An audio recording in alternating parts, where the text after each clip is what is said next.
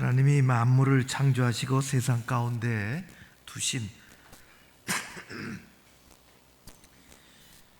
거룩한 공동체가 두 가지가 있습니다. 하나는 우리가 잘 아는 것처럼 에덴 동산 아담과 하와로부터 시작된 가정이고, 다른 하나가 있다면 모세의 광야 교회를 이어받는 갈보리 언덕에서부터 시작되는 그런 교회입니다.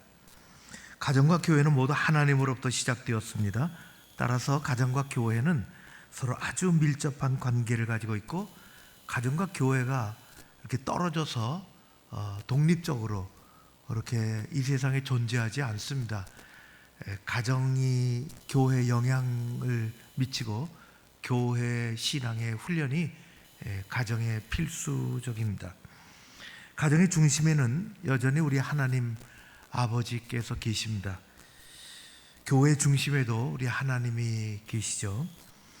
가정은 자연적인 혈연으로 이루어진 곳이라면 교회는 영적인 혈연으로 이루어진 곳입니다.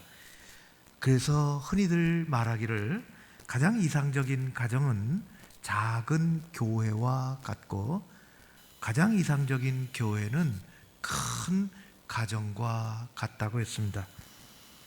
우리가 스스로 잘 살펴보면 좋겠죠. 반드시 모든 일이 그렇게 공식적으로 되어가는 건 아니지만은 우리 가정이 작은 교회같이 하나님이 중심에 계시고 말씀이 있고 그 앞에 믿음으로 헌신하고 또 주시는 은혜와 복으로 살아가는가, 우리 교회가 가정처럼 그런 화목함이 있고 이해함이 있고 그런 큰 가정같이 여겨지는가, 그런 것들을 우리가 한번 기도하면서 그렇게 만들어 갔으면 좋겠습니다. 오늘 사랑하는 나의 부모님에게 감사하는 날입니다. 어버이 주일입니다. 우리나라 5월이 가정의 달이라서 참 감사합니다. 어린이도 한번 생각하고 또 부모님 한 번쯤 다시 뒤돌아보고, 그리고 우리 가족의 소중함도 다시금 새겨보고, 또 오랫동안 만나지 못했던 선생님, 옛날 선생님들, 그다 친구들, 우리 소중한 것들이 참 많은데 그런 것들을 우리가 한 번쯤 다시 새기는 그런 기회가 사회적으로, 교회적으로 이렇게 있다는 것은 우리의 삶에 아주 귀한 기회입니다. 이 세상에 아버지, 어머니 없이 태어난 사람은 한 사람도 없습니다. 우리의 영적인 생명의 근본은 하늘에 계신 우리 하나님이시지만, 이 땅에서의 우리의 삶의 출발은 우리를 낳고 기르신, 키워주신, 여기 있게 해주신 부모님이십니다. 사람이 태어나면서 제일 먼저 만나는 사람이 부모님이죠. 제일 먼저 받는 것 또한 부모님의 사랑입니다. 강산이 변하고 사람의 인심이 변화도 변하지 않는 것은 부모님의 마음이고 부모님의 사랑입니다. 여러분의 부모님은 지금 어디 계십니까? 다 형편을 제가 잘 알지는 못하지만 돌아가신 분이 많이 계시겠죠. 돌아가셨을 수도 있고 아니면 지금 살아계실 수도 있고, 살아계시면 나이가 많으신지 그것도 모르겠습니다. 거동이 불편하실까요? 저희는 양가 부모님이 이미 다 소천하셨습니다. 고등학교 1학년 때 아버지가 돌아가셨습니다. 어머니는 약 20여 년 전에 소천하셨습니다. 오늘은 어버이 주일, 부모님의 생각이 나는 그런 때입니다. 어제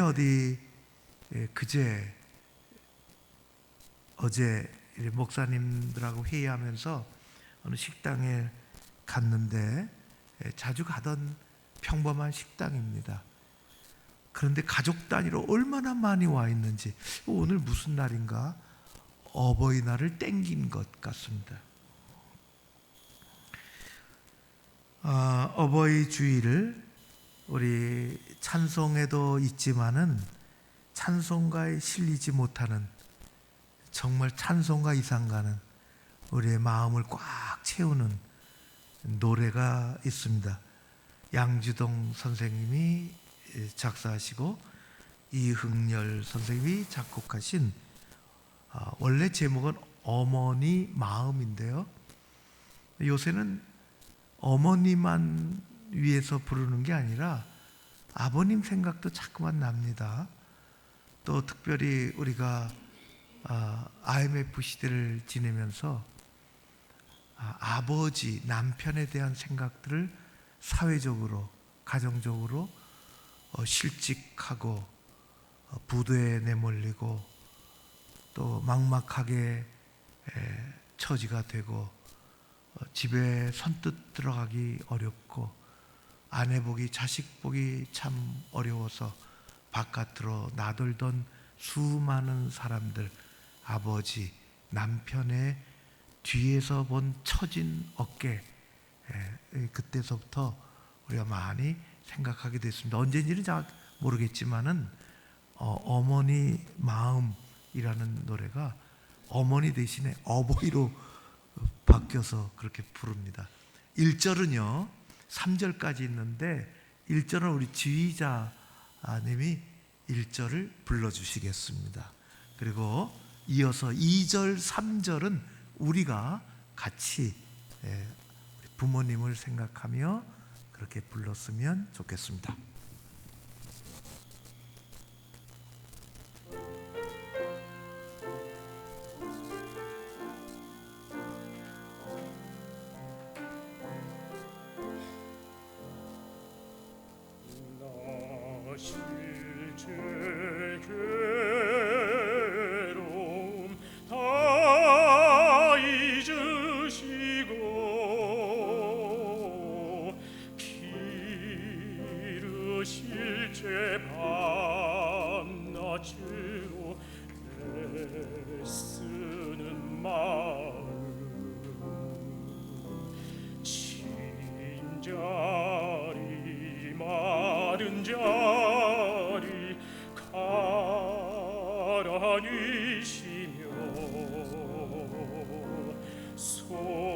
손발이 닿도록 고생하시네.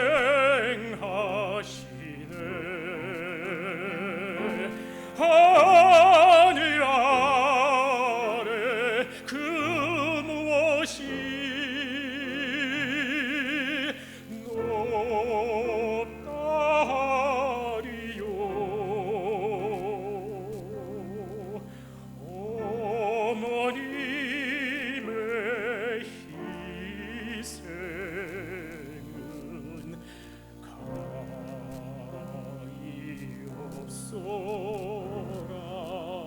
어려서 꼭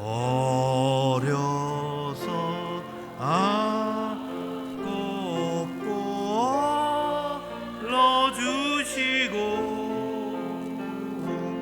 자라서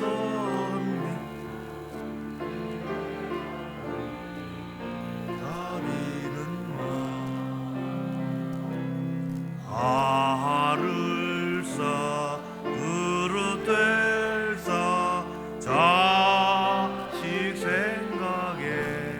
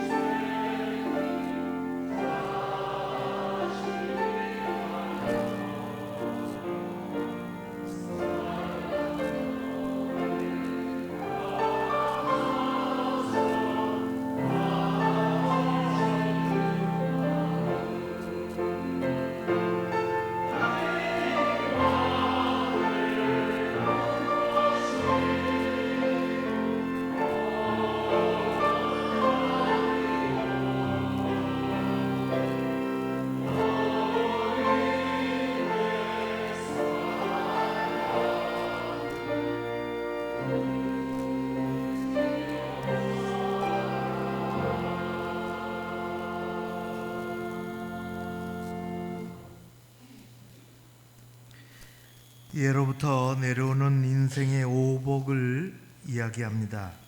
수, 하늘에 준 생명을 다 누리고 장수하는 복. 부, 사는데 그다지 어렵지 않고 물질적으로 또 무엇보다도 마음적으로 풍요하게 사는 복. 강령, 몸은 건강하고 마음은 평안하게 지내는 복. 유호도, 남에게 베풀고 선행과 덕을 쌓아서 살아가는 복. 고종명, 일생 잘 살다가 제 명을 따라 어렵지 않고 편안하게 이 생을 마치는 복. 우리 교회 어르신들과 가정의 노부모님들 이런 복이 함께 하시기를 바랍니다. 교회는 말씀을 전하면서 하나님 주신 말씀의 아주 근본적인 우리 인생의 뿌리가 깊은 그런 복에 대한 이야기를 많이 하십니다. 우리들의 가정은 세상에서 둘도 없이 소중합니다. 창세기에서 가정을 만드신 하나님은 성경 전체가 흐르는 속에 여러 가지 사건을 통해서 우리 가정이 얼마나 소중한지, 부모님이 얼마나 소중한지, 그리고 어떨 때는 아주 명시적으로 가정의 소중함을 말씀에 가르쳐 주시기도 합니다. 그 두 가지는 이것입니다. 첫 번째는 하나님이 복을 주신다는 것입니다. 세상 만복의 근원 되시는 하나님, 하나님의 백성들에게 복을 주시되 가정에도 자녀들에게도 하는 일에도 그리고 우리의 삶에 복을 주십니다. 더 근본적인 것은, 그보다 앞서는 것은 두 번째인데, 그런 가정에서 위로는 하나님을 경외하고 옆으로는 아버지, 어머니, 부모님께 효도하고 존중하고 그렇게 사는 것입니다. 시편의 15편의 뒷부분에 보면 이스라엘 사람들이 성전을 올라가면서 하는 노래의 시가 있습니다. 그것을 성전에 올라가는 노래, 그렇게 되어 있습니다. 표제어가. 그중에 127편 이렇게 되어 있습니다. 여호와께서 집을 세우지 아니하시면 세우는 자의 수고가 헛되며 여호와께서 성을 지키지 아니하시면 파수꾼의 깨어 있음이 헛되도다. 보라, 자식들은 여호와의 기업이요 태열매는 그의 상급이로다. 가정의 소중함, 자녀들의 그 뿌리를 말씀해 주고 있습니다. 그 뒤에 이은 128편, 우리가 교독으로 같이 읽었는데 128편 1절과 2절에도 이렇게 되어 있습니다. 여호와를 경외하며 그의 길을 걷는 자마다 복이 있도다. 내가 내 손이 수고한 대로 먹을 것이라. 내가 복되고 형통하리로다. 아내도 밥상에 둘러앉은 자녀, 그리고 함께 있는 아내, 그의 소중함을 성경은 말씀해 주고 있습니다.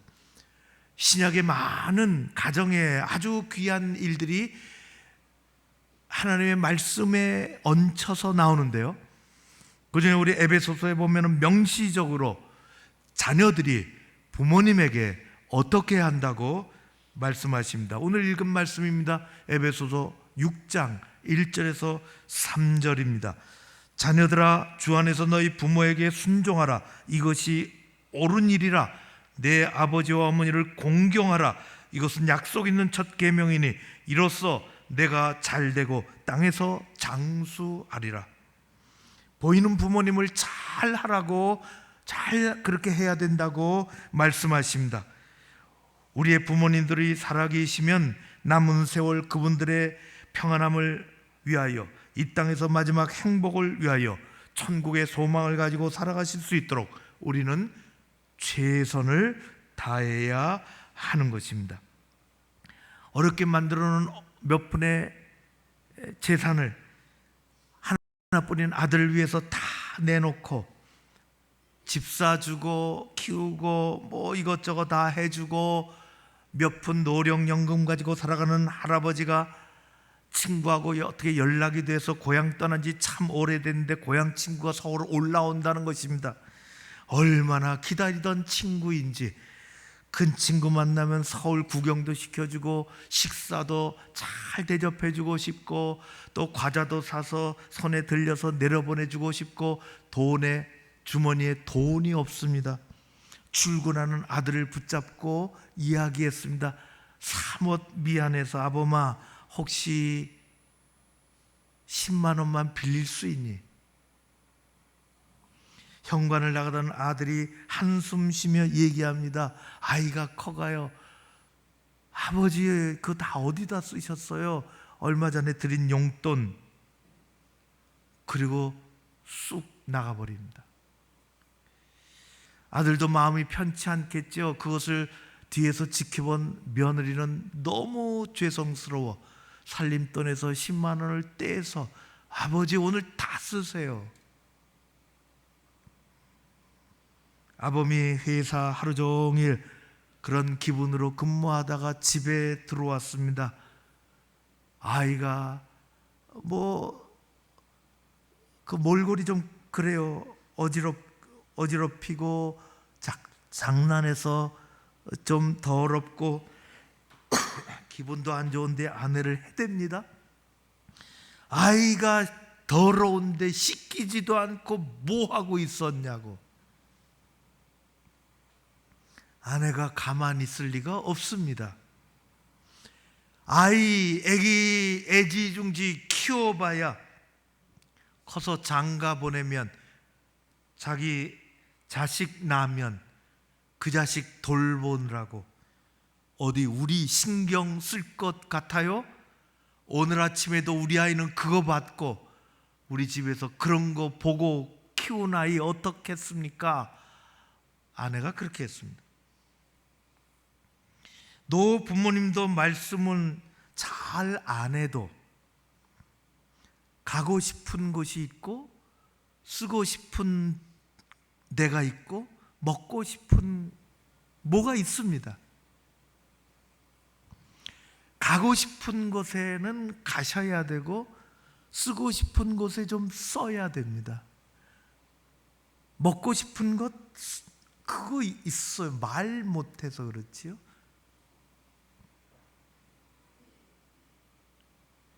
교회 건축을 하는데요. 아범아, 내게 매달 주는 용돈을 3년치를 미리 줘. 아니 뭐 하시려고요? 네, 헌금하려고. 건축 헌금하려고. 어머니는 그걸 걱정하지 마세요. 우리가 다 작정해서 우리가 다 해요. 제가 틀렸다 그랬습니다. 어머니도 하시고 싶어요.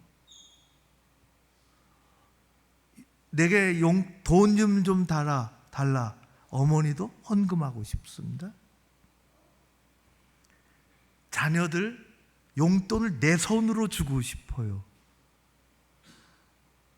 아버님 걱정하지 마세요. 그거 다 우리가 다 학교 보내고 학원 보내고 용돈 잘못 주면 안 돼요. 그래도 할아버지는 내 손으로 내 손자 용돈 주고 싶습니다.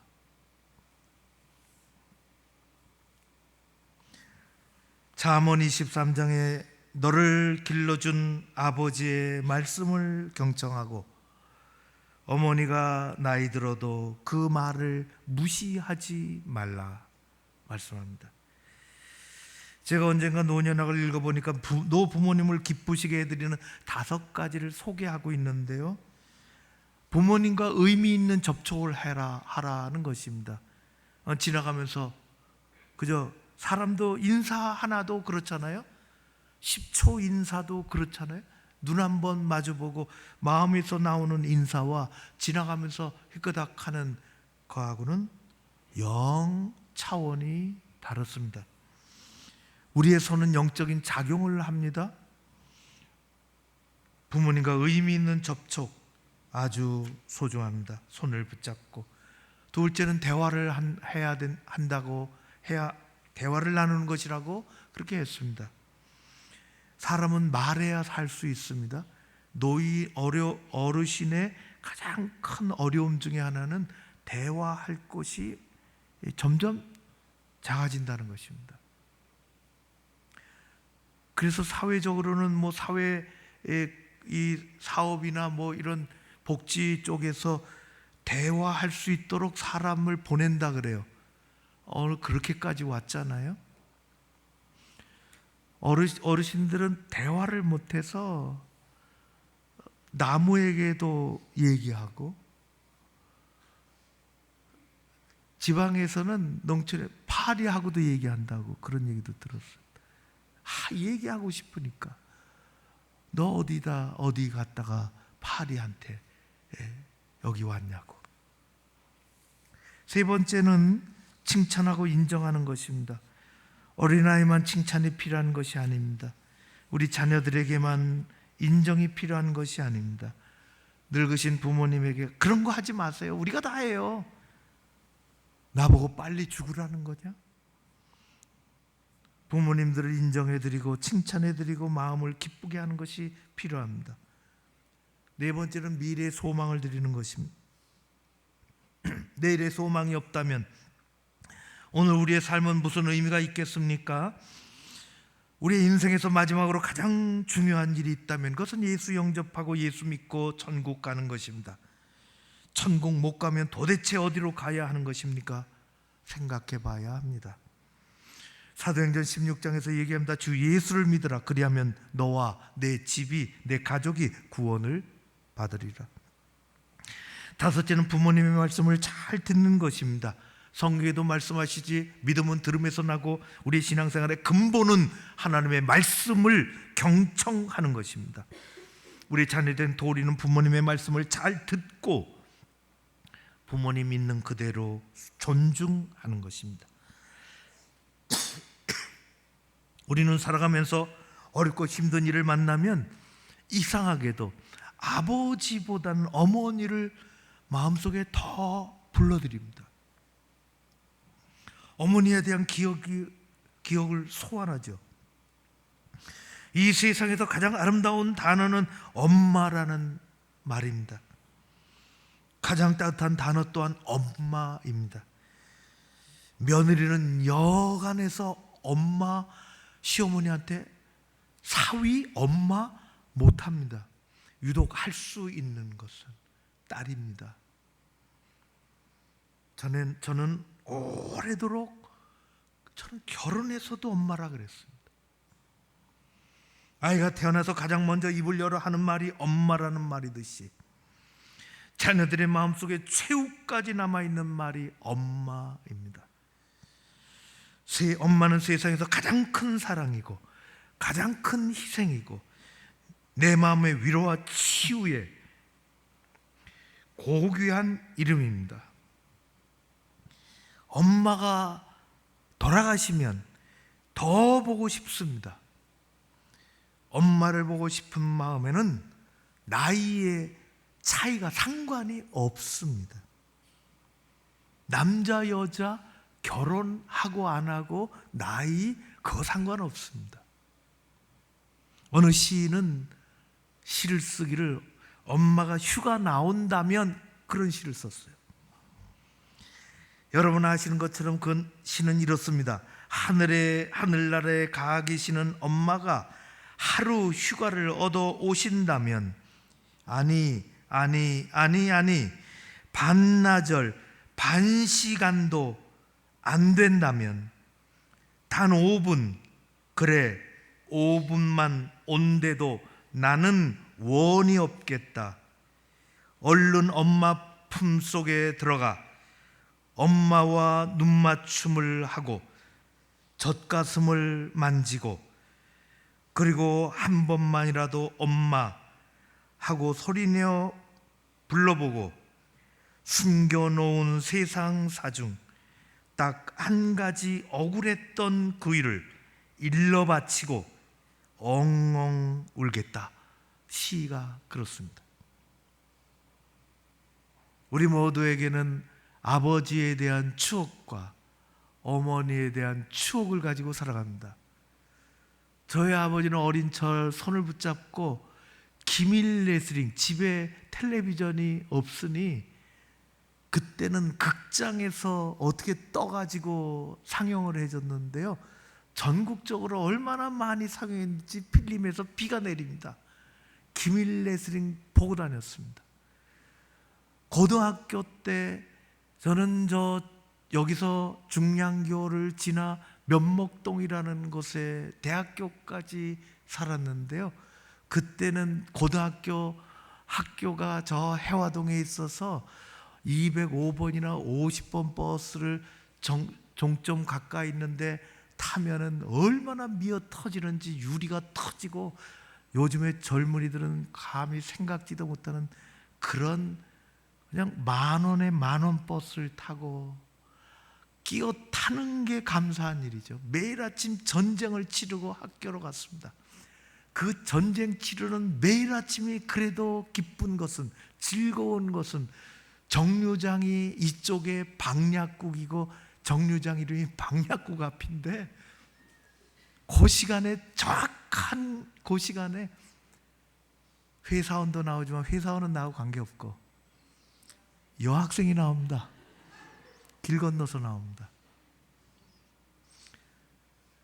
가만히 보니까 파란 곤색, 진한 곤색 교복에 이 카라가 하얗게 단정하게 데려서 거의 어깨를 덮습니다. 알고 보니까 창독여고라 그러다. 매일 아침 그 여학생은 저를 관심도 없고 알지도 못하겠지만은 저는 매일 아침이 설레입니다. 어느 날 딱 갔는데 급하니까 머리를 감았는 모양인데 미처 다 말리지 못하고 그러고 나왔는데요, 비누 냄새 나는 거 있죠. 목사님도 저러나? 그땐 고1이에요. 아직 물기가 남아있는 그 머리가 찰랑거리고 그 냄새가 샤넬 넘버 5가 저리 가라요. 어느 날 학교 갈 때는 날씨가 좋았는데 낮에서부터 후다닥거리더니 6월 중순쯤 된 때인데요, 비가 소나기가 어마어마하게 쏟아졌습니다. 남학생 까딱없습니다. 학교에서 놀다가 가방 들리 쓰고 해화동으로 내달리고 버스를 타고 집에 방약국 앞에 건너편에 내리려고 하는데 창문에 이렇게 순간 벌어진 일인데요, 내리려고 하는데 여학생이 딱 서 있는 거예요. 그것도 사복을 입고. 그때서부터 제 얼굴이 빨개지고 가슴에 혈압이 막 올라오고 막 이거 주체를 못 하겠더라고. 알고 보니까 저한테 비가 오는데 우산을 씌워주려고 그런 것 같아요. 하나는 쓰고 하나는 들고.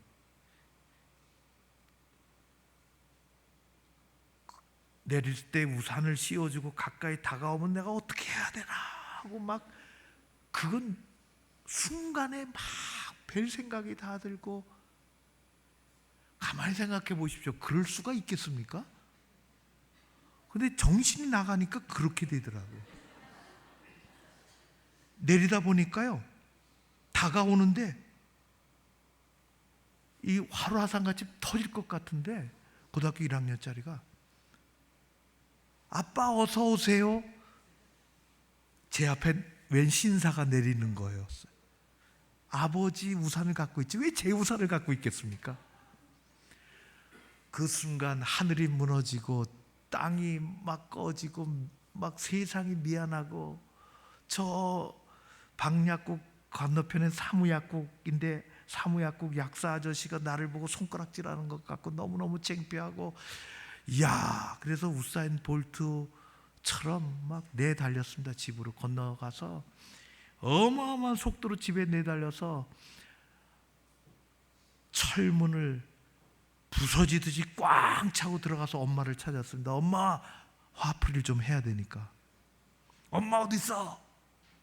안 계시더라고. 가방을 내려놓고 엄마를 찾았습니다. 어디 있어? 엄마가 들어오시더라고. 그때서야 뒤에서 들어오셨는데, 어디 갔었어? 엄마 얘기하십니다. 아니 재호야, 내가 사무약국 앞에서 내가 1시간 동안 너 오기를 기다리고 우산 갖고 기다렸는데 너는 내리자마자 어딜 보고 그렇게 집으로 달렸냐? 엄마 못 보고. 눈이 뒤집힌 거죠. 그런 엄마의 손에는 당신이 쓰려고 살이 나가고 손잡이가 없는 우산 하나 걸쳐 쓰고, 아들 주려고 1시간 동안 기다리고 우산 하나 들고, 제대로 된 우산 하나 들고, 그리고 기다린 것, 고1짜리도 너무너무 죄송하고 엄마 보기 어디 숨고 싶고 엄마의 고생을 알지도 못하고, 엄마는 지문이 안 나와서 동사무소에서 일하지 말고 주민등록증 만들려면 다시 오시라고, 일주일 후에 일하지 말고 오세요. 철없는 시절 저는 없는 살림에 힘들게 살아가는 엄마의 인내와 사랑을 알지 못했습니다. 아들 기죽일까 봐 말 잘 안 하고 씩씩하게 사셨던 엄마의 사랑을 잘 알지 못했습니다. 우리의 모든 삶은 희생적인 아버지의 훈육과 말없이 사랑하는 어머니의 사랑으로 우리는 여기 있습니다. 교회가 하나님의 말씀으로 말미암아 은혜와 복이 흐르는 곳이 되는 것처럼 믿음의 가정도 희생의 부모님으로 말미암아 하나님 주시는 은혜와 복이 넘칠 줄로 믿습니다. 우리의 부모님들은 믿음의 자녀들에게 한없는 축복의 통로가 되십니다. 우리는 홀로 어떻게 하다 보니까 이렇게 되지 않았습니다. 우리는 우리를 구원해 주시고 이끄신 그 하나님의 무한하신 은혜 때문에 이렇게 됐으며, 현실적으로는 아버지와 어머니의 희생으로 우리는 여기 이렇게 살아갑니다. 우리의 부모님들은 그래서 우리의 사랑의 대상이 됩니다.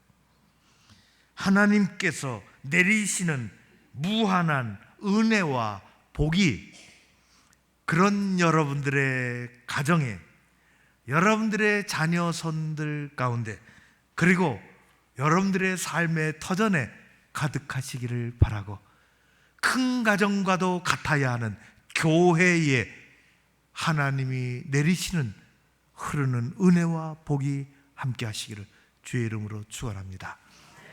고마우신 우리 아버지 하나님을 찬양합니다. 우리는 이렇게 살아갑니다. 부족하고 연약한 중에도 깨우쳐 주시고 생각나게 하시고 다시금 의지하며, 말씀을 의지하며 살아갑니다. 가정에 살아계신 부모님에게 복을 주시고 우리 교회 어르신들에게 큰 은혜를 베풀어 주시옵소서. 예수님 이름으로 기도하옵나이다. 아멘.